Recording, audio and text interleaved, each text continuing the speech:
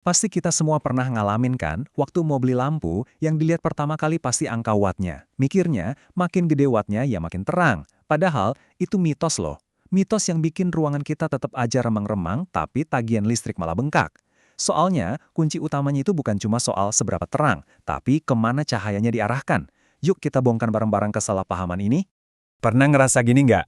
Udah ganti lampu yang wattnya lebih gede, tapi kok ruangan masih aja suram? Terus, kalau lagi baca atau kerja, mata rasanya cepet banget capek. Dan yang paling bikin kesel, tagihan listrik naik terus, tapi terangnya nggak dapat. Familiar banget kan sama gejala-gejala ini? Eits, jangan salahin mata Anda dulu. Masalahnya itu simple, cuma salah resep spesifikasi lampunya aja. Mirip kayak masak lah. Kalau resepnya pas, hasilnya pasti enak. Nah, sama juga dengan pencahayaan di rumah kita. Oke, kalau gitu, yuk kita bedah bareng-bareng resep rahasia buat dapetin cahaya yang ideal di rumah kita. Ini bukan soal kira-kira, tapi ada ilmunya, dan ternyata gampang kok buat dipelajari. Nah, ini dia nih resepnya. Keren ya divisualisasikan kayak gini.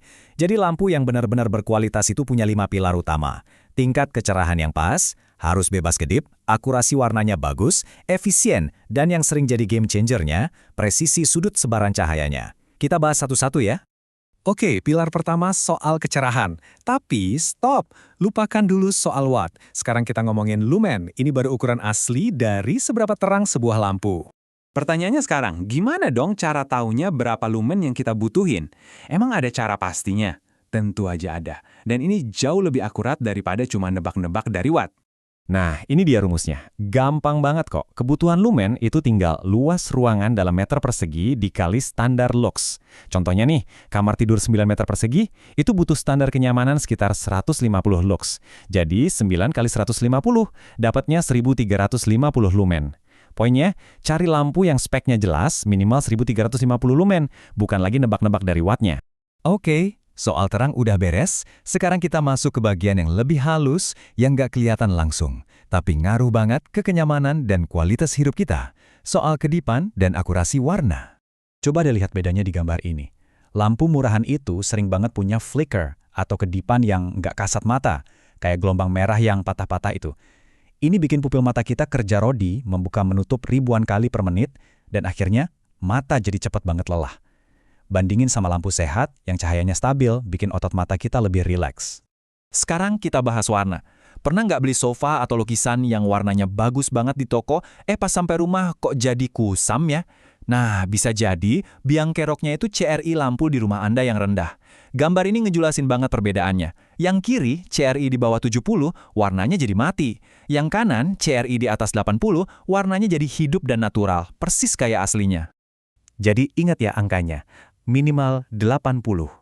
Ini harga mati kalau mau semua warna di ruangan kita itu tampil jujur dan gak menipu mata. Ini standar wajib buat cahaya yang sehat. Kita udah ngomongin terang, nyaman, sama warna. Sekarang kita masuk ke menu utamanya.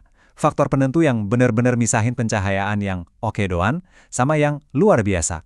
Kita ngomongin logika sudut sebaran cahaya. Logikanya tuh simpel banget tapi sering dilupain.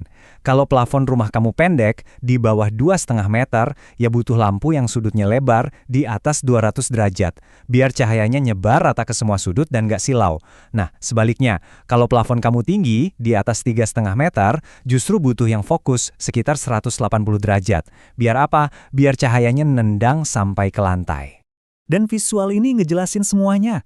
Lihat yang kiri. Plafonnya tinggi, tapi pakai lampu yang nyebar luas. Cahayanya malah habis buat nerangin dinding bagian atas, nggak nyampe ke bawah. Boros banget kan? Sekarang bandingin sama yang kanan. Dengan sudut fokus 180 derajat yang presisi, semua tenaganya ditembakin lurus ke bawah, ke area aktivitas kita.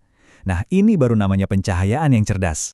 Oke, semua bahan dari resep kita udah kita kumpulin. Sekarang, waktunya kita racik semuanya biar kita bisa milih lampu yang beneran pintar dan efisien. Ini dia pilar pamungkasnya, efisiensi yang sesungguhnya. Bukan cuma soal cari watt yang kecil ya, efisiensi itu diukurnya dari lumen per watt. Lampu yang berkualitas itu harusnya bisa ngasih di atas 100 lumen buat setiap 1 watt listrik yang dipakai.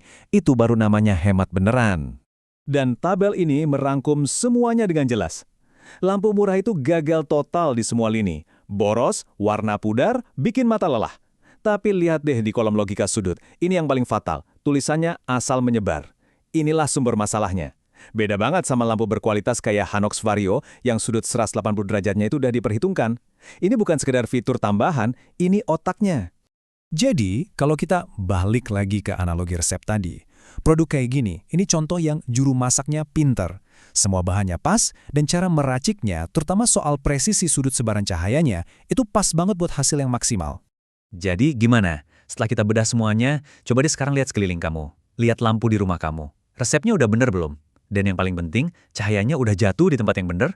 Atau jangan-jangan selama ini cuma nerangin langit-langit sama dinding doang?